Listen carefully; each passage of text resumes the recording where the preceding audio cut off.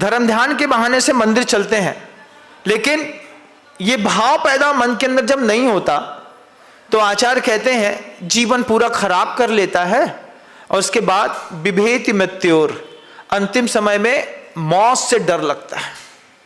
न ततोस्ति मोक्षो, और लेकिन उससे मुक्ति नहीं मिल पाती।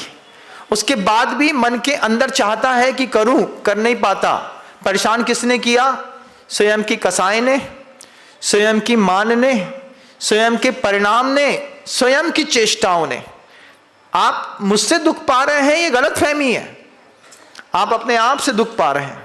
हम लोग जब विहार करते थे और कभी पैर में कोई कंकड़ घुस जाए अचानक, और पहुंच करके उसको निकाल रहे हो, हल्दी लगा रहे हो, तो गुरुवर हम लोगों से कहते थे, पूछते थे क्यों, क्या गड़ गया? पत्थर गड़ गया गुरुजी। ओहो, इतना सा पत्थर होगा, उसके ऊपर 90 किलो का वजन खड़ा हुआ होगा। पत्थर की तो चिंता ही नहीं है तुमको, अपनी चिंता है। सोचो कभी, पत्थर के ऊपर, पत्थर तुम्हारे पैर में गड़ा कि तुम पत्थर में गड़े, क्या हुआ?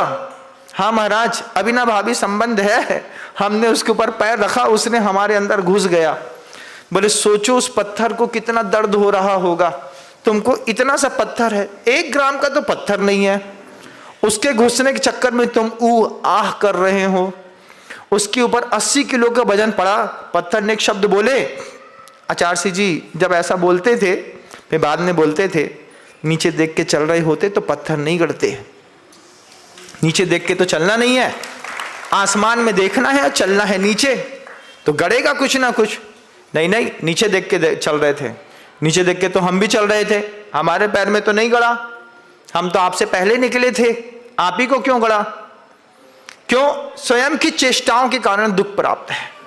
जितना भी तुम्हारे मन के अंदर दर्द है ना, वो तुम्हारी खुद की चेष्टाओं का, खुद के परिणाम का, खुद की क्रियाओं का, खुद की आदतों का है। इसमें पड़ोसी बिल्कुल भी शामिल नहीं है।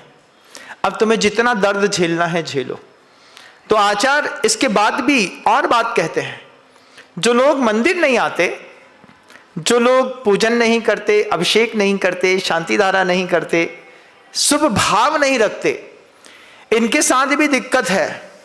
ये अपनी बाहरी ताकत के बल पर दुनिया का सब काम करना चाहते हैं, लेकिन आचार्य कहते हैं हेतुद्वया विस्कृत कार्य लिंगा अनीश्वरो जंतु रहं क्रियार्थ संघत्त कार्य शात्वादी।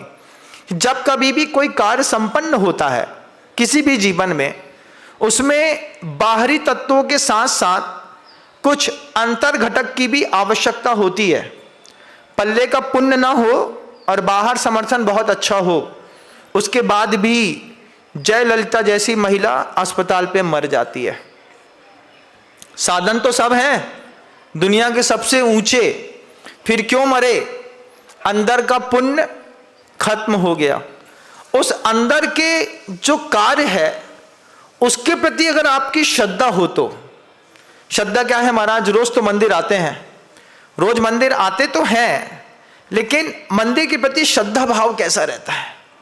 अब आ गए, कई बार घर से निकलते होंगे तो क्या मंदिर आफत नहीं लगता? कई बार लगता है ना, अरे रोज रोज बेई मंदिर, बेई भगवान, बेई चीजें, बेई कक्का उतई खड़े मिलेंगे, वही चिल्लाएंगे, वहीं पर वो बैठी मिलेगी, उसकी साड़ी देखेंगे फिर गुस्सा आ जाएगी।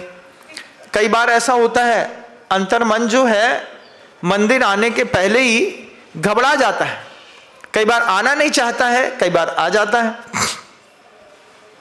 आचार्य कहते हैं हेतुर्दया विष्कृत कार्य लिंगा। जब भी दुनिया में कोई कार्य संपन्न होगा उसमें बाहर का निमित्त तो कैसा भी जोड़ लीजिए, लेकिन जब तक अंतर का निमित्त नहीं मिलेगा आपके किसी भी कार्य में सफलता नहीं मिलेगी। अच्छी से अच्छी हॉस्पिटल, अच्छा से अच्छा भोजन, अच्छे से अच्छे लोग आपके सामने उपस्थित हैं, लेकिन उसके बाद भी आपका काम नहीं हो रहा। आचार्य समन्वय स्वामी का स्वयंभू स्तोत्र अपने आप में कुछ अलग व्याख्यान करता हुआ आप सबके बीच में है। आचार्य बार बार इस बात को कह रहे हैं कि स्वयं को कितना ताप दिया है, एक बार अनुभव करिएगा। फिर ताप से मुक्त होने के कुछ साधन आचार्यों ने दिए हैं, जिसका प्रयोग हम समय पर करते हैं। जब कभी आप देखिए, उदाहरण दूं, सुन रहे हैं ना आप? मुझे सुनिए, वो हमारे लिबुआ आए हैं, आप चिंता मत करिए। जब कभी भी एक कंपनी से दूसरी कंपनी में जाते हैं तो वहां पे सलूट मार करके दूसरे लिबुआ खड़े मिलते हैं। तो वो दूसरे लिबुआ आ गए हैं ले जाने के लिए, बोले महाराज पधारो, अंतिम देशना तो दे दे इस क्षेत्र की। तो गुरुदेव कहते हैं इस बात को कि आप कभी एक बार कल्पना करके देखिएगा, मान लीजिए आपके घर के अंदर किसी महिला का प्रेगनेंसी टाइम पीरियड चल रहा है, आपने उसको हॉस्पिटल में हॉस्पिटलाइज किया, डॉक्टर ने सलाइन चढ़ाई, थोड़ी देर बाद डॉक्टर को पता चला कि कॉम्प्लिकेशन है। कॉम्प्लिकेशन में स्थिति ऐसी है कि दो में से कोई एक बचेगा। पहली डिलीवरी है, सोनोग्राफी में पहले से पता चल गया है कि लड़का है, उसका वजन भी पता चल गया है कि सामान्य वजन से 400 ग्राम लड़के का वजन और ज्यादा है, स्वस्थ है, सब आपने पहले से पता कर लिया। एंड टाइम में कॉम्प्लिकेशन आया। कॉम्प्लिकेशन आने पर डॉक्टर बाहर आकर के आपसे बोलता है दो में से एक बचेंगे, आप निर्णय ले लीजिए। आप दो में से एक में क्या चॉइस करते हैं? कोई जवाब? क्या मां चाहिए कि बच्चा चाहिए?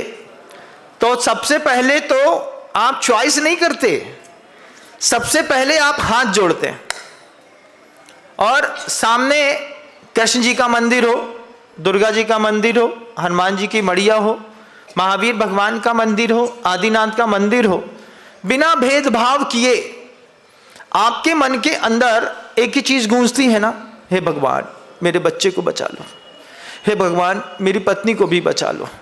आप कहां खड़े हैं इससे पता नहीं है, इससे कोई मतलब नहीं है कि हम किस मंदिर के सामने खड़े हैं।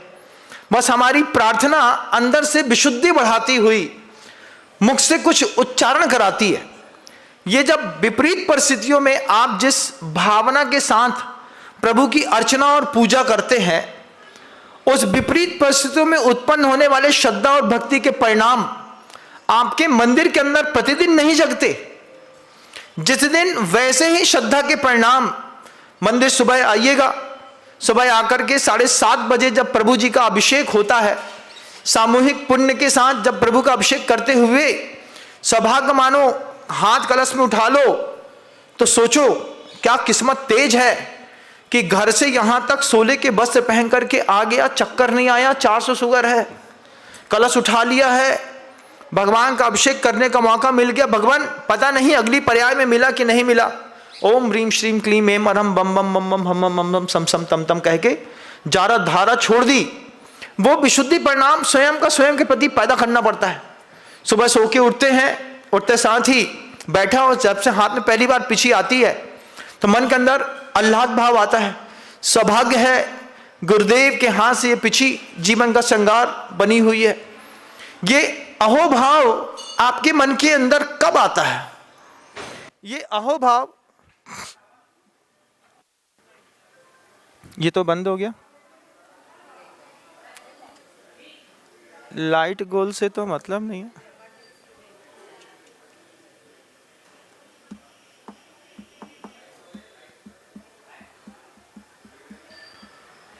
कुछ हो रहा है, हो रहा है, आवाज आ रही, थोड़ा और तेज आ रही, ठीक है ना? चलिए, इसको अंतराय कहते हैं। दाता और पात्र के मध्य में अचानक कोई आ जाए उसको अंतराय कहते हैं। गणधर बेचारे परेशान, ये गणधर ही तो है, हमारी बात आप तक पहुंचाता है, कहाँ तक चिल्लाएंगे नहीं तो हम। जय हिंद। अगर आपको मेरी वीडियो अच्छी लगती है तो प्लीज़ मेरे चैनल को लाइक करें, शेयर करें और सब्सक्राइब करें। Thank you.